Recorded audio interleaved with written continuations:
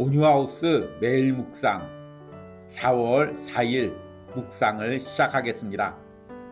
오늘도 존 스토트와 함께하는 십자가 묵상으로 묵상을 이어가겠습니다. 오늘 묵상의 제목은 하나님의 거룩과 사랑이 만나는 십자가입니다. 오늘의 말씀을 읽겠습니다. 시편 85편 9절에서 11절입니다. 진실로 그의 구원이 그를 경외하는 자에게 가까우니 영광이 우리 땅에 머무르리이다. 인애와 진리가 같이 만나고 의와 화평이 서로 입맞추었으며 진리는 땅에서 솟아나고 의는 하늘에서 굽어보도다. 아멘. 오늘의 묵상입니다. 성경은 하나님 내부의 거룩과 사랑의 속성과 갈등에 대해서 말한다. 물론 이런 분쟁 혹은 갈등에 관하여 말하는 것은 신인 동역론적인 표현이다. 하지만 성경은 이런 신인 동역론적인 표현을 두려워하지 않는다. 실제로 모든 부모는 사랑에 필요한 희생을 알며 서로 갈등하는 감정에 의하여 찢기운다는 것이 무엇을 의미하는지를, 특히 자녀를 징계할 필요가 있을 때 잘 알게 된다. 호세아 11장에서는 이런 부모로서의 마음으로 자녀를 징계하는 하나님의 마음을 가장 잘 표현하고 있다. 에브라임이여 내가 어찌 너를 놓겠느냐, 이스라엘이여 내가 어찌 너를 버리겠느냐, 내가 어찌 너를 아드마같이 놓겠느냐, 어찌 너를 스보임같이 두겠느냐, 내 마음이 내 속에서 돌이키어 나의 긍휼이 온전히 불붙는 듯 하도다. 에밀 브루너는 중보자에서 하나님의 이중적 성격을 기독교 계시의 중심적인 신비라고 주저없이 썼다.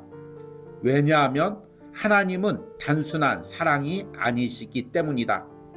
하나님의 본성은 한 단어로만으로 완전히 설명할 수 없다. 실로 십자가와 관련된 법적 용어에 대한 현대의 반박은 주로 하나님은 거룩이라는 사상이 하나님의 사랑이라는 사상에게 삼키운 사실에 기인한다. 이것은 거룩과 사랑이라는 이중적 요소가 토대로 하나님을 이해하는 성경적 사상이 현대 일반적이고 이론론적인 사상으로 대치되고 있음을 의미한다. 우리는 결코 하나님의 존재 내부에 이런 이중성을 화해될 수 없는 것으로 생각하지 말아야 한다. 우리에게는 하나님 자신과 싸우시는 것처럼 보일지라도 실제로 하나님은 결코 그런 분이 아니시다. 그분은 평강의 하나님이시며 혼란의 하나님이 아니라 내적인 평강의 하나님이시다. 벌카우어는 그리스도의 십자가 속에서 하나님의 공의와 사랑이 동시에 계시되었다고 말했다. 칼뱅은 이보다 더 과감하게 놀랍고도 신성한 방법으로 그분은 우리를 미워하시던 그때에도 우리를 사랑하셨다고 했다. 하나님의 거룩한 사랑에 대한 이해는 우리로 하여금 하나님을 우습게 그리는 잘못에서 빠져나오게 할 것이다. 우리는 하나님을 그릴 때 우리를 구해서 버릇없이 만들어 놓기 위하여 자신의 거룩을 손상시키는 관용적인 하나님으로 그려서는 안 된다. 또 우리를 짓이겨 멸망시키기 위하여 자기의 사랑을 억누르고 거칠고 복수심에 불타는 하나님으로 그려서도 안 된다. 그렇다면 하나님은 어떻게 우리를 없애지 않으시면서 그분의 거룩을 표현하심, 우리의 죄를 묵과하지 않으며 그분의 사랑을 표현할 수 있겠는가? 하나님은 어떻게 그분의 거룩한 사랑을 만족시키는가? 어떻게 하나님은 우리를 구원하시며 동시에 자신을 만족시킬 수 있는가? 이 시점에서 우리가 대답할 수 있는 것은 그분이 우리를 위하여 십자가에서 자신을 희생하셨다는 것이다. 아멘. 존 스토트와 함께하는 십자가 묵상, 오늘의 묵상 해석입니다. 어느덧 이번 주 묵상도 오늘과 내일 이틀 남겨두고 있습니다. 우리는 이번 주부터 그리스도의 십자가 2부에 해당되는 부분들을 묵상하고 있습니다. 그런데 이 묵상을 잘 듣는 여러분들과 대화를 하는 가운데 이번 주부터 묵상이 조금 어렵다는 이야기를 많이 들었습니다. 이번 주와 다음 주 초반까지는 이 묵상의 핵심 부분이면서도 또 조금은 어려운 부분입니다. 왜 하나님께서 십자가를 준비했어야만 하는지, 하나님이 어떤 분인지를 성경을 통해서 이야기하면서 그 하나님의 속성과 그 하나님의 속성을 만족시키기 위해서 십자가가 왜 필요한지를 이야기하고 있습니다. 그래서 이 부분에 대해서 평상시에 깊은 묵상이나 말씀적으로 공부해 본 적이 없으신 분들은 조금 어렵게 느껴질 수가 있습니다. 그래서 제가 최대한 쉽게 이 묵상을 풀어서 해석하고 있습니다. 혹시나 여러분들이 책을 읽으면서 따라올 때 너무 어려우시면 묵상을 먼저 듣고 그 부분에 해당되는 책을 읽으면 조금 더 쉽게 따라올 수가 있을 것입니다. 또 여러 가지 일상생활 가운데서 이 묵상을 따라오기가 조금 시간적으로 벅찰 때는 주어진 만큼 또 이해하면서 성령님께서 십자가를 깨닫는 지혜를 주시기를 기도하시면서 이 묵상을 따라오시기 바랍니다. 어제 묵상의 제목은 십자가는 무엇을 만족시키는가 였습니다. 역사상으로 많은 신학자들은 하나님께서 십자가를 준비시킨 이유에 대해서 나름대로 해석했습니다. 마귀를 만족시키기 위해서, 아니면 율법을 만족시키기 위해서, 아니면 도덕적인 법칙을 만족시키기 위해서 십자가를 준비했다고 해석을 했습니다.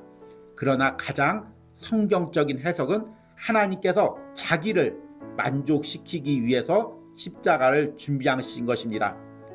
왜냐하면 하나님은 우리 인간과 다르게 죄에 대해서는 반드시 그 대가를 찾으시고 작은 죄라도 분노하시는 분이시기 때문입니다.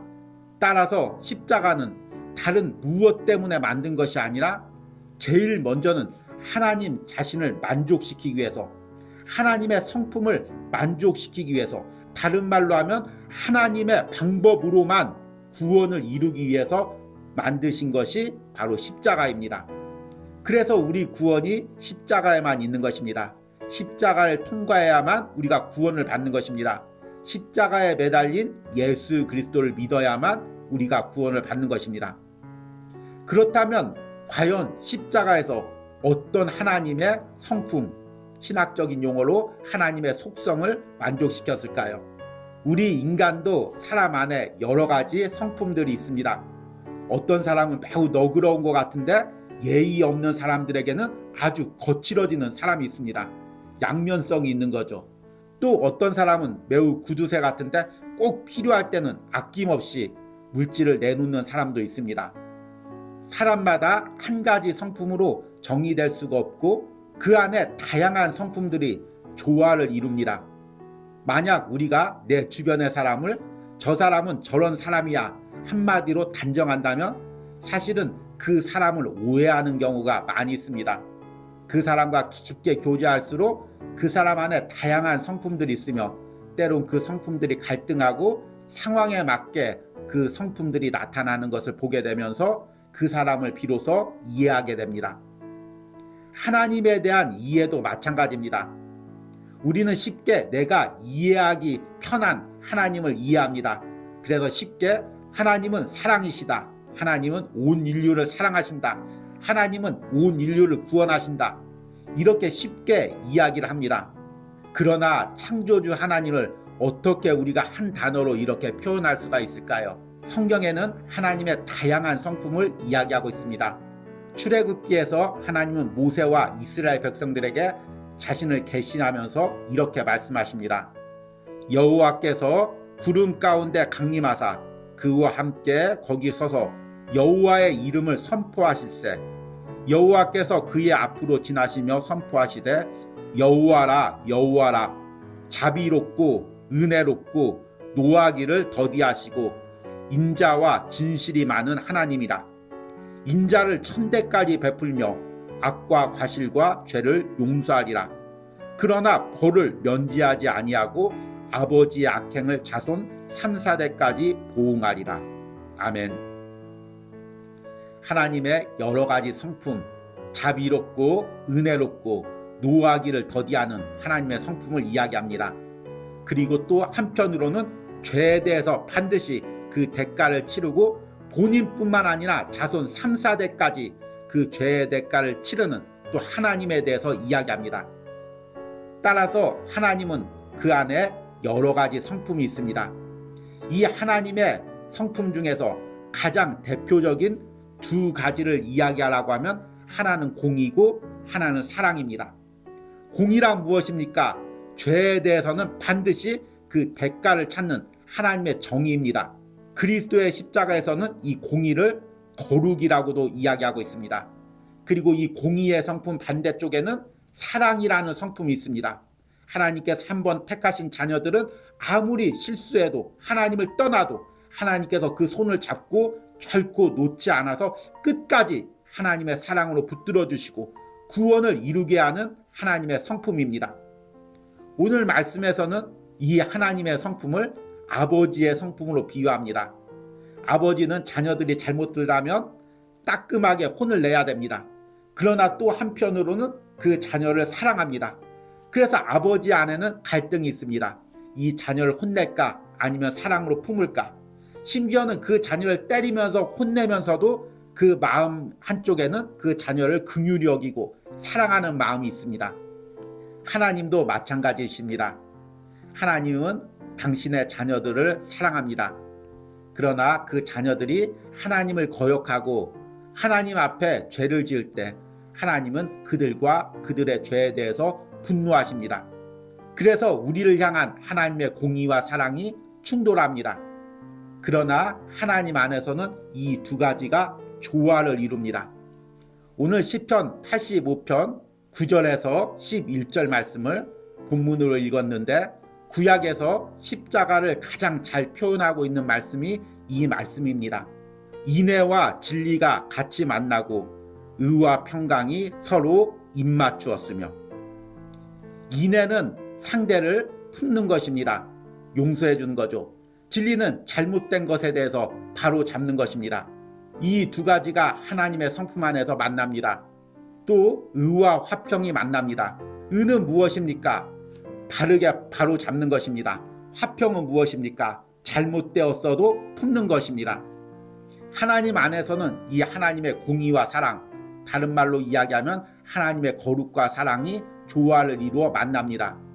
그리고 이 하나님의 공의와 사랑이 만난 곳이 바로 십자가입니다. 우리 인간이 하나님을 범죄하여 죄를 졌습니다. 하나님은 그 죄의 대가를 반드시 찾아야 됩니다. 그러려면 모든 인간을 지옥 형벌을 보내야 됩니다. 그러나 또한 하나님은 우리를 사랑하십니다. 죄 가운데서도 당신의 자녀들을 끝까지 붙들고 천국으로 인도하고 싶어 하십니다.